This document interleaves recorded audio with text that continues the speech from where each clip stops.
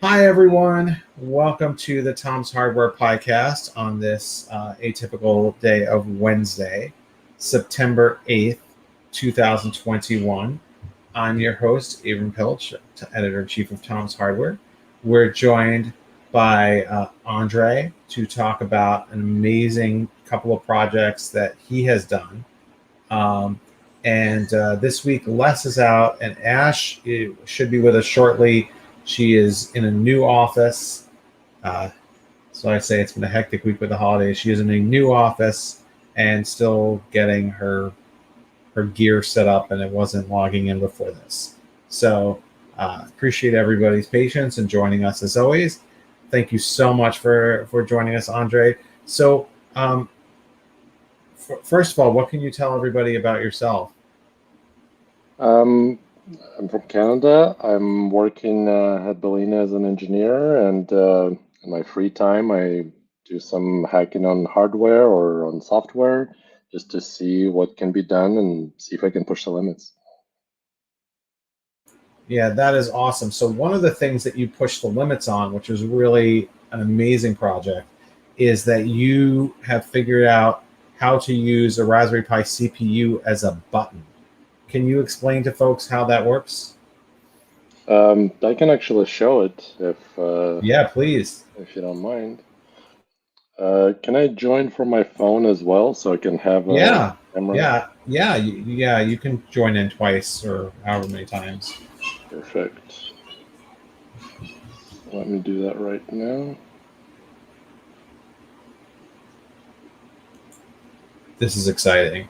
I saw this online, and it's unbelievable the concept that you could take the hardware on your computer and turn a piece of the main components on a Raspberry Pi and turn it into essentially a peripheral. All right. All right, you can see that? Yep. Great. So I added kind of an LED as well, so you can see, and there is a bit of a lag, but when you press the CPU, it turns on, and when you release it, turns off.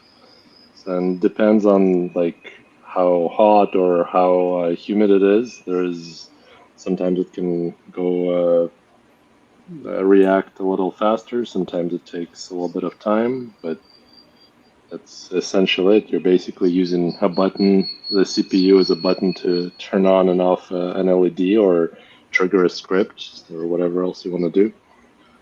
So Yeah, sure. what is that? What module is that? That looks like a compute module 3 or 4. Yeah, it's Compute Module 3. Now, but this could work on any Raspberry Pi, correct? As far as I'm aware, yes, it can work on. I tried it on a 0, although it's a bit slow. It can work on 4, although 4s they tend to run hot, and I definitely wouldn't suggest using your finger on it. It's more of a concept rather than an actual use case. So it's if you were to like apply it for something useful, I would say it could be used to detect maybe a water ingress and then trigger an alarm or turn off something. That would be like a practical application rather than using your finger to play a game. How did you code it? What is it coded in, and what are the temperatures that trigger it? So it's coded in Python. I posted it in my GitHub. I'll actually update it with the code for LED. The way I'm detecting it is basically sampling the temperature every half a second, and then I take an average. I tried the arithmetic mean, geometric mean, and from that I detect if the average or if the current temperature has dropped by 2%, then I detect that it's a button press, and if it has increased by about 1 or 1.5%, then I detect that it's a button release. That's interesting. Wouldn't putting your finger on it make it warmer because you're covering the ventilation, you're covering the airflow, but you're saying it actually gets cooler when you touch it? Yes, because on average or in general, when you run compute module or a Pi, then it runs at about 45 to 70 degrees in that range. Mine runs about 50 degrees, so it's fairly safe to touch. But when you touch it, obviously your body temperature is about 36 degrees Celsius, so it goes from maybe 50 to 49 or so. Now, how does this work with your workload? Like, is this going to be a problem if you're trying to use this while doing something that causes the CPU to work harder, like, like browsing the web? I mean, playing a So game, anything like that. It can still detect the temperature drops and increases. The only problem then becomes you definitely don't want to use your finger, because if it's at 80 or above temperature, then it becomes pretty dangerous to touch, actually. Is there some type of object that you could use instead of your finger? Yeah, a hot dog or deli meat. Oh, what, can you cook meat? I mean, I don't think 80 degrees Celsius can cook you meat, right? No, probably won't be able to cook it, but Yeah. I say that because at Tom's Hardware a couple of years ago, uh, we did a story where with PC CPUs, we tried to figure out which CPU was the best at cooking pancakes, Intel or AMD. There we were using Threadripper, like we were using high-end desktop, and it turned out I think that Intel Xeon did much better than Threadripper, because I think Threadripper actually turned itself. Was it Threadripper or the AMD model just turned itself off when it got too warm without the cooler, whereas the Intel one kind of let you get away with it. So we were able to sort of cook it. Somebody asked, I don't know if this is really something we can answer on this show, but Jeffrey asked, what is a good temperature to run a house at when mining cryptocurrency? I don't know. You're certainly not mining crypto. That's on a 3090, and I mean, if you're mining cryptocurrency on a Raspberry Pi, I think any temperature will do. Although you'll probably have to wait a hundred years or something to actually mine a Bitcoin. But for a GPU, I mean, I'm gonna say the cooling inside the computer is much more important than the cooling in the room. I mean, if it's a hot, steamy place, that probably makes a difference. And if it's, you have air conditioning on, it probably makes a difference. I know that where places where they run server farms and things like that, or mining farms, they have all kinds of air conditioning, but I would worry more about cooling the actual compute inside of the computer than I would about the room, unless it's abnormally hot or abnormally cold. I think I saw something on Tech Ingredients where they set up a cooling system that took advantage of like the ambient air and used when the computer was running hot, it was actually used as a heater for whatever can be used as a heater, at least by a couple of degrees in the room. So maybe there's some point there. Yeah, I mean, liquid cooling, of course, always helpful. So, how did you come up with this idea of using the button using the CPU as a button? It was in a meeting at work. Somebody mentioned, there's got to be a way to use the CPU on the Raspberry Pi as a button or some kind of input. And I thought, like, well, how hard can it be? You already have the temperature. I'm sure it's easy to do. And started hacking over lunch, and then came up with this crude thing. I posted it on Reddit, just like, oh, hey, look, this is something that's possible, and it got way more responses than I expected. Yeah, I mean, it's a very original idea, and something that is really only possible with a computer like the Raspberry Pi, because we don't normally stick our hand inside the PC and try to do that. It gets a lot hotter inside the PC, for one. And if you try to even take off the cooler, then that's where you have issues. Ash, can you hear us now? Yes, can you hear me okay? Yes, you're a little bit laggy, but we can hear you okay. I'll take it. So yeah, that was such a great innovative idea. So you have something else that you've worked on that is just as impressive, which is you've gotten a Raspberry Pi Zero to use USB-C. Can you show us that? Yeah, sure. I can actually show that on camera right here.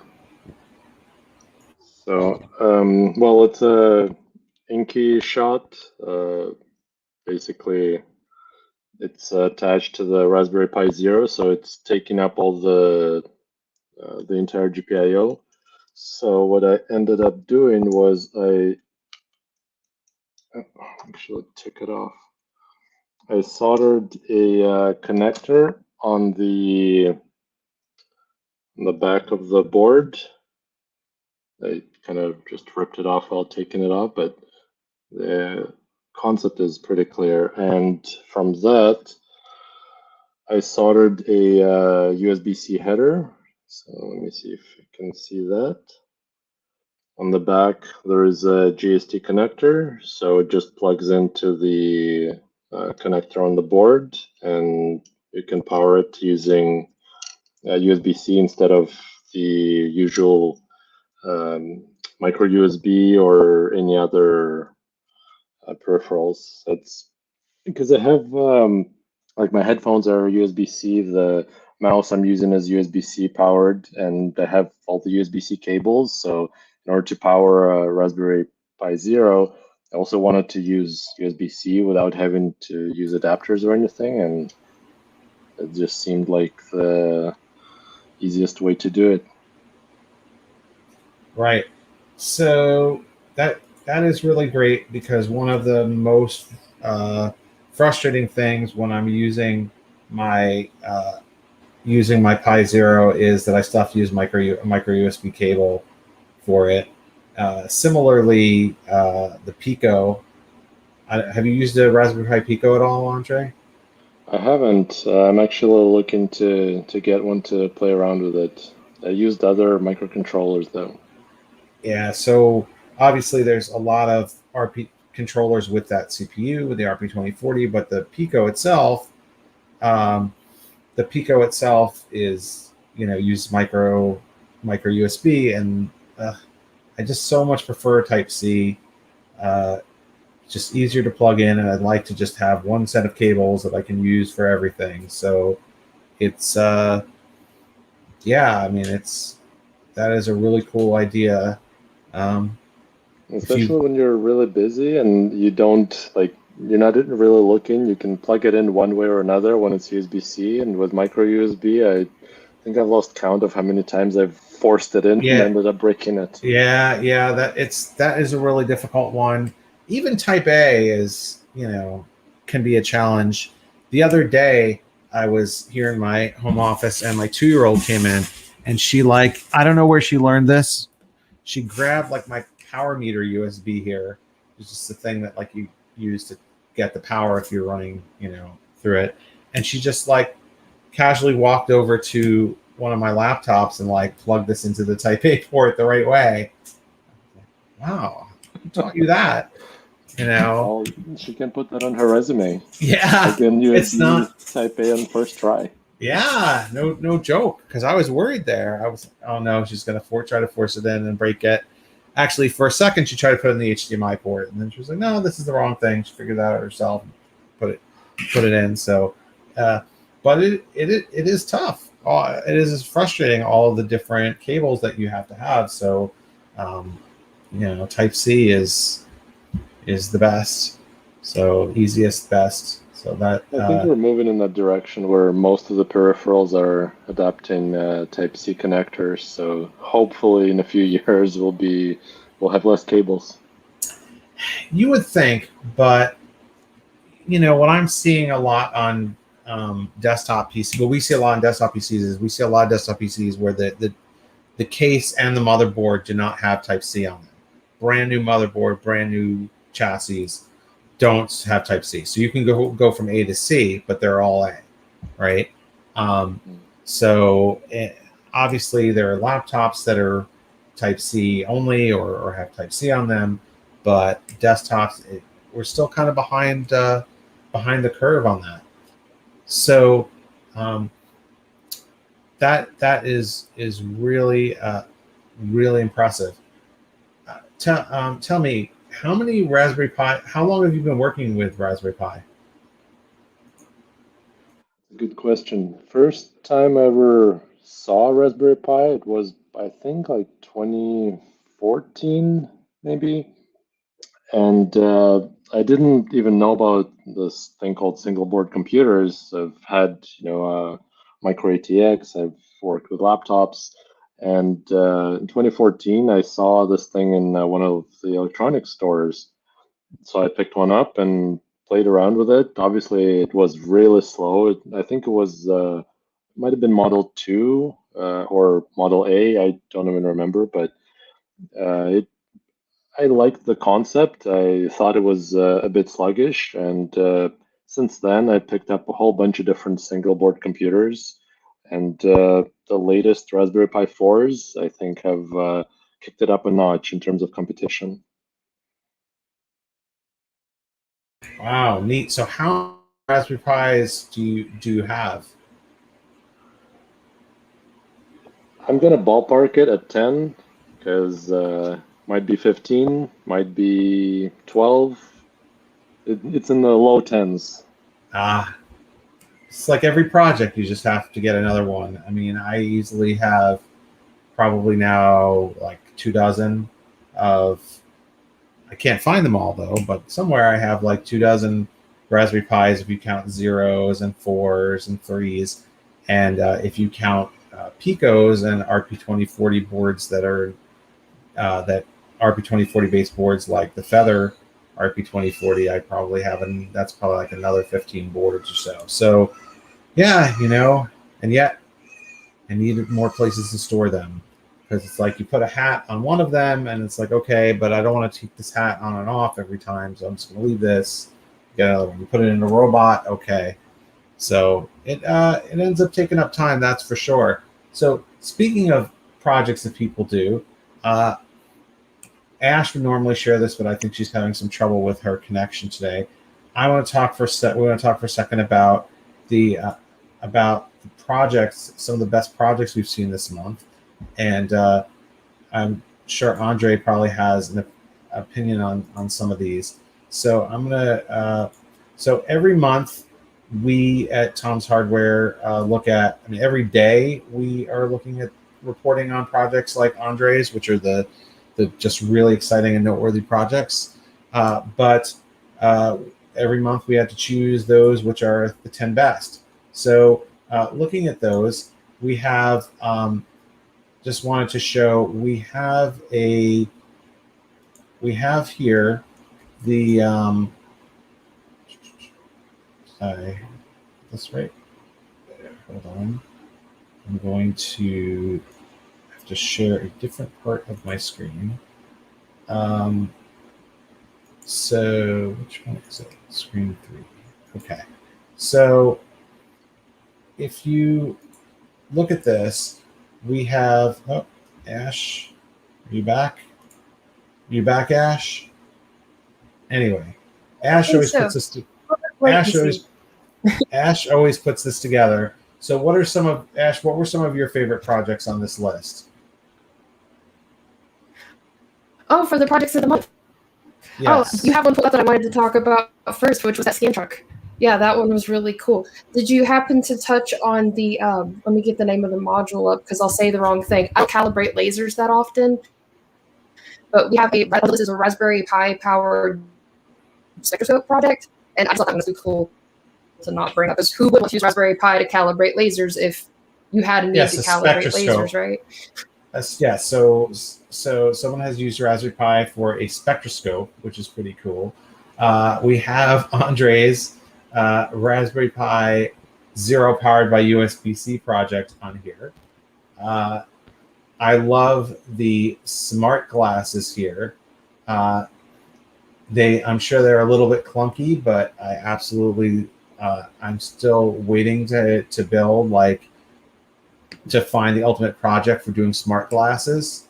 So anytime somebody does a Raspberry Pi smart glass project, I'm all over it. Back in the day, when I used to be an editor for a site called about.com, I had a writer who wrote for me. His name was Steve Mann, and he is from Canada, and he is a engineering professor at University of Toronto, and even 20 years ago, long before Raspberry Pi, he and his students were building like crazy crazy glasses like this for doing AR before it was cool. So I always wanted to have my own pair. I think that's the best part about the Raspberry Pi, that you have people, high school students or college grads that can tinker with this and come up with projects that, 20 years ago would have been only feasible for Google or Amazon. Yeah, no question about it.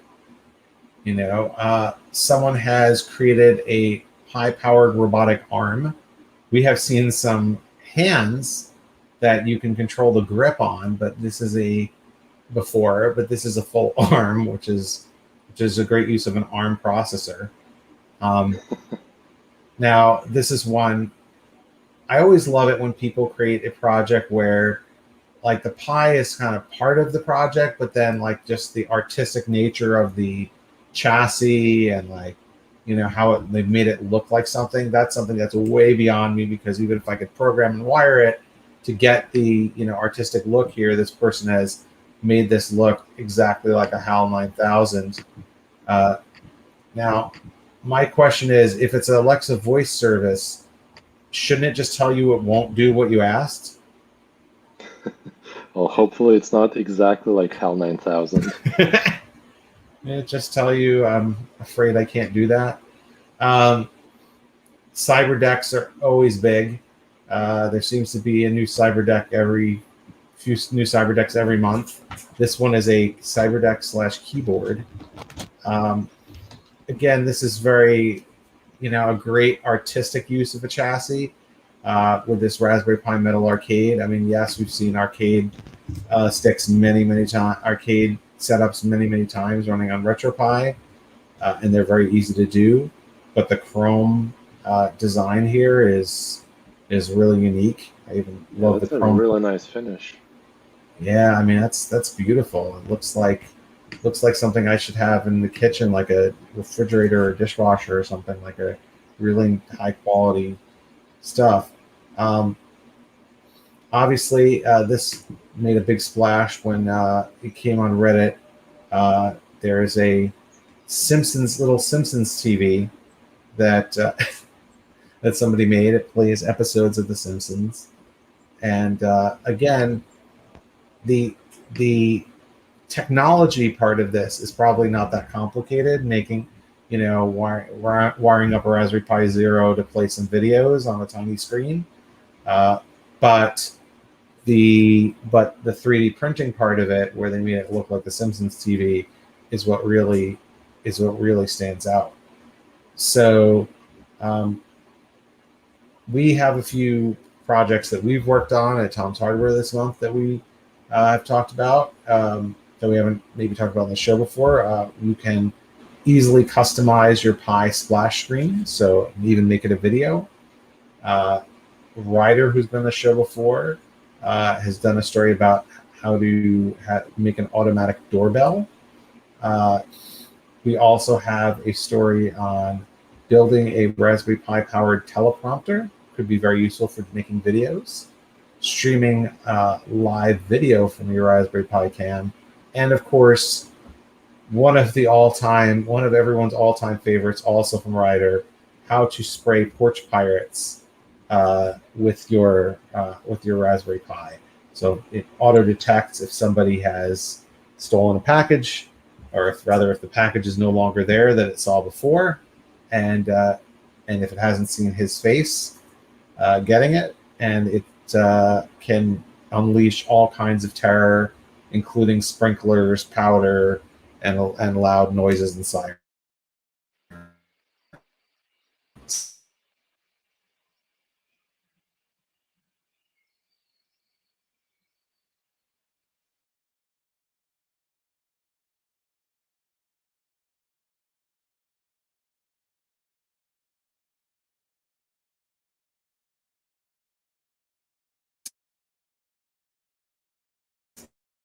So really cool. Ash.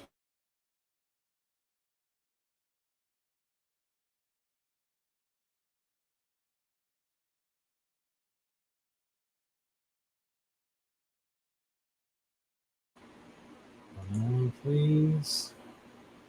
Hey, I'm back. Can everybody hear me? It seems like Ash's internet invaded my house. I can hear you now. I think you disappeared there for a bit. Okay, we are having a bad tests a pi-powered toaster. Yes, that would be great, especially if it had RGB. Ash, are you on or are you still frozen? This is just not our day, but I do have one more thing I wanted to show folks.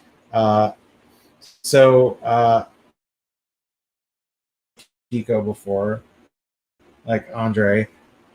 Here I have a Raspberry Pi Pico, and I have it connected to an SPI camera. So the concept of using a camera with your Pico is not exactly brand new, but there aren't many ways to do it. What I have here is an Arducam OV2640 sensor camera that's 2 megapixels. I actually bought this to use for an Arduino a while back. It's $25 in the US anyway on Amazon. And what you have to do with it to get video out is you have to hook up, I'm sure if I show this too much, it's going to the wires will pop out, but 8 different wires, and they have the instructions on Arducam. And what you can do is you can, using CircuitPython, and normally the stuff we've seen for using cameras on an RP2040 board involve you have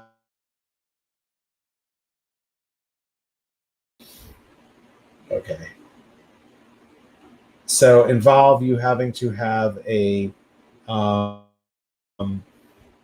having to use C, but you can actually do this in CircuitPython. So Arducam has a script, and if I just share it here, that you can run in, has a script that you can run in Thonny or wherever, and you run this. It's going to show. It's pretty straightforward, although I don't totally understand. I must admit they haven't documented what all of this code does. Once you run it, it will tell you that your SPI interface is okay.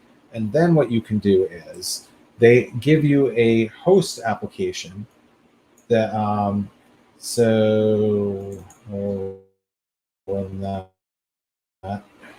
so they give you a host application that you can run, and it will show the video. So you have to open, pick the right COM port. Now you'll see it'll show video. Now what I'm still trying to figure out is what could I actually do with this information? Could I actually get this video and use it with something like TensorFlow Lite or TinyML or something like that? I know you can using C, but I haven't seen how you can actually do it using Micro or CircuitPython. Anyway, so you could probably have it as one of those smart doorbells, like the Ring doorbell, and with all the controversy that goes around with that, and have a dedicated, I don't know, even a cluster of Pis running ML and feed the images to your cluster and do fairly quick facial recognition, or just like that porch pirate spraying machine. You could fairly easily do that.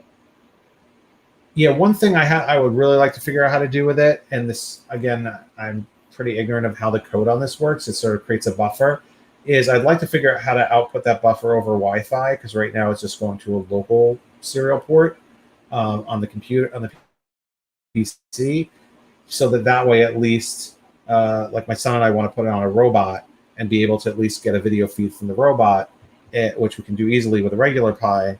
but we haven't quite figured out how to make the video go over, because we can attach a Wi-Fi card to the Pico. We have a couple of those, so theoretically we could broadcast it if we could figure out exactly how to take the buffer that it's doing and send it over Wi-Fi, which I have not yet. But